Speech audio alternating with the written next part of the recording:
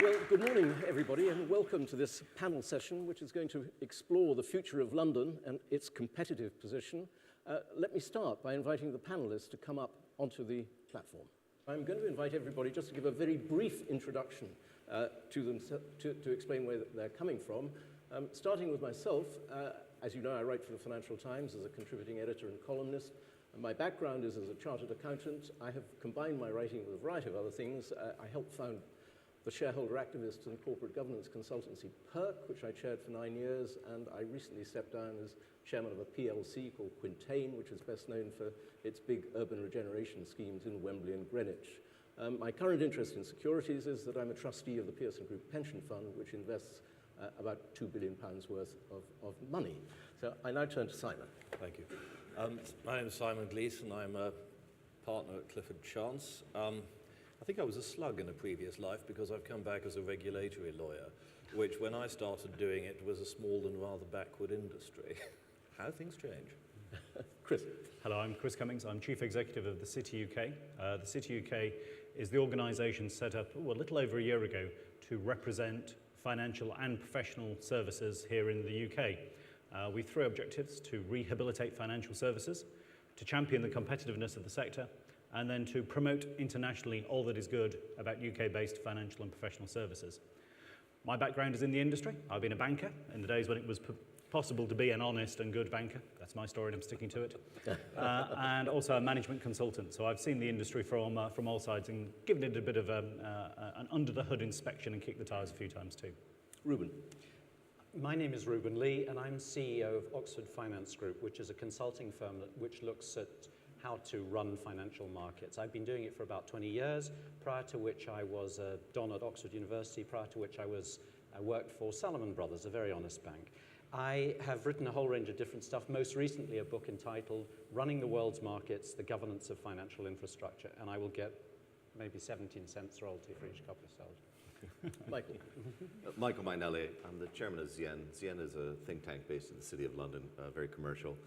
We have a number of clients in the financial services area. My personal background is 10 years of science and technology, and then moving into the city in '84 prior to Big Bang.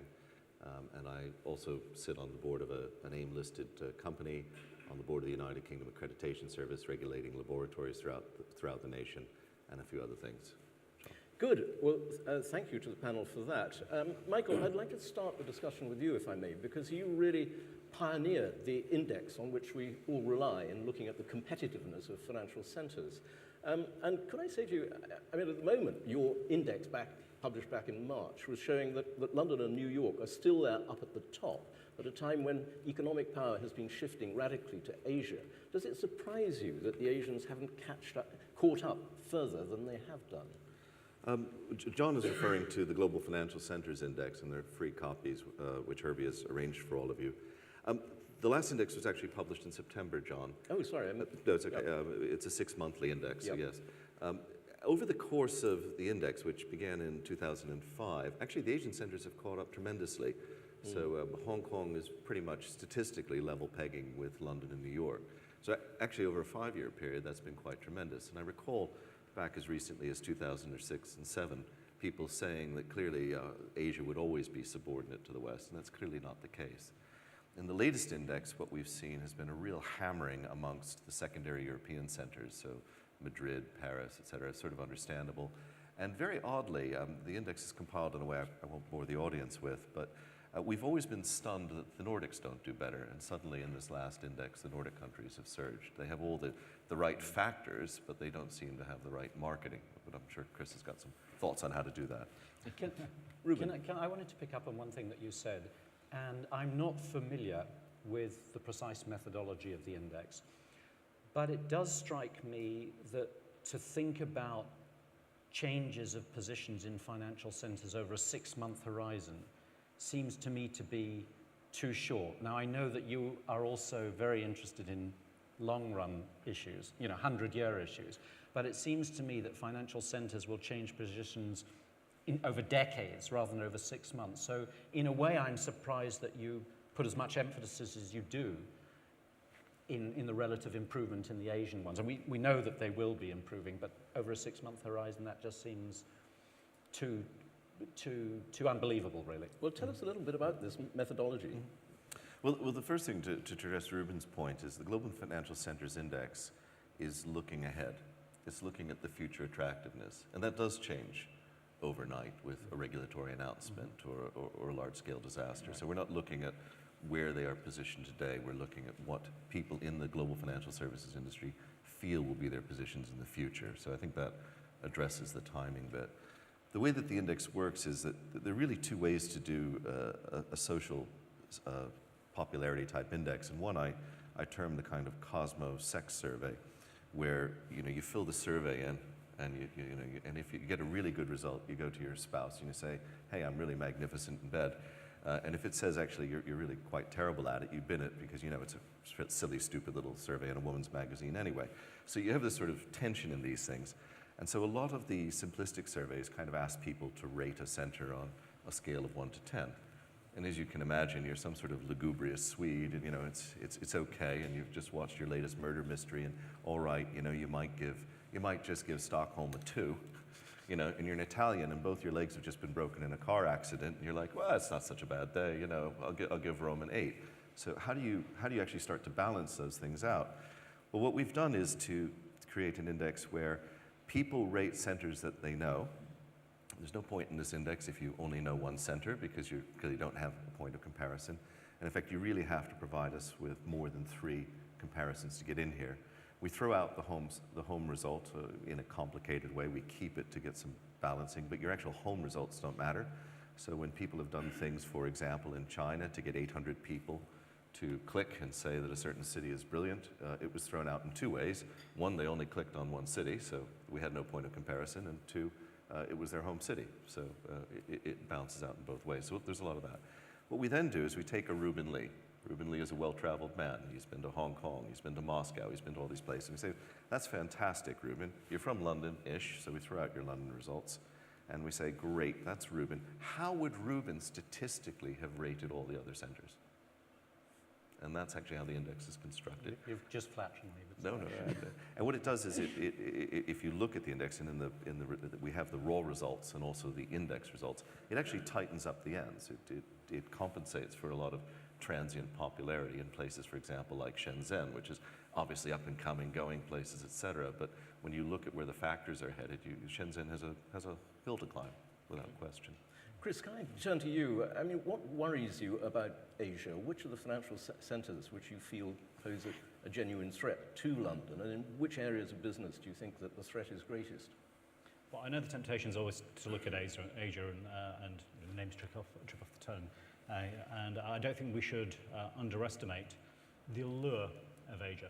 But actually, from my perspective, what we see is more driven by something that Michael referred to, which is attitude. And I look at attitude, and actually the hunger to build international financial centres seems to be coming equally strong from Brazil. São Paulo has got a real hunger and appetite to develop its financial centre. As does Moscow, in fact. Whilst the Prime Minister was last visiting Moscow, we signed a memorandum of understanding with our Russian counterparts to help Moscow develop itself, admittedly first as a regional financial centre, but with clear political and now commercial aspirations to develop its financial centre as well, its international financial centre.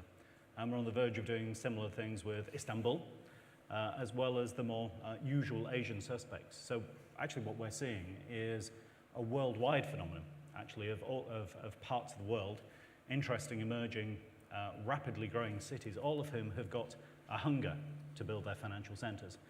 And then I get back on the plane and I come back and I arrive in London, and we immediately start twiddling our thumbs and saying, well, actually, it's not terribly sure if this is a game we want to be in anyway. I know we've been captain of the first 11 for the last 50, 100, 200 years, certainly since the banking community moved here, but I'm really not sure about it anymore. And so it's really down to attitude that is my gravest concern for some of the issues that Michael talks about when he talks about the future look of his survey. Chris, Simon, can I ask you on that? I mean, this very interesting point about these fast-rising sort of cities, particularly among the BRICS. I mean, if you're taking cities like Moscow or Shanghai, which is way up the league table that Michael produces. I mean, these are places which don't have good property rights, which have terrible corporate governance, awful accounting, weak auditing. I mean, and in the case of mainland China, capital controls, a real question about whether they really do want to liberalize. Are these really such big threats to London?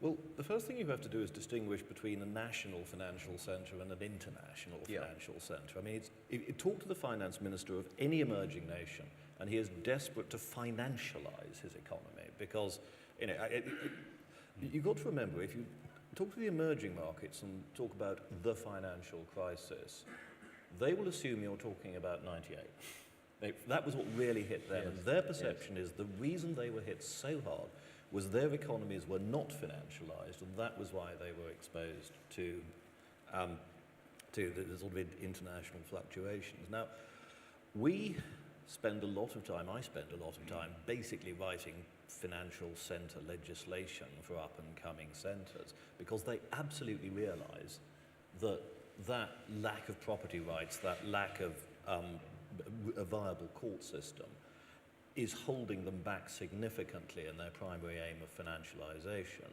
But of course, the system you've got is the system you've got. A Russian company doesn't have a better option than Russian law at the moment. So from a national financial center point of view, it doesn't matter. As soon as you want to become international, then upgrading your legal system, your property rights, your dispute resolution is a sort of non-negotiable minimum. And for most of these countries, they are very focused on that. And Simon's exactly right in that. And if I can use Moscow just as a case study, because it's the one we're doing most work on at the moment. And some people said, well, why is City UK helping Moscow develop its financial centre? And I said, well, we know that Moscow is being courted by New York, Washington, by Paris, by Frankfurt.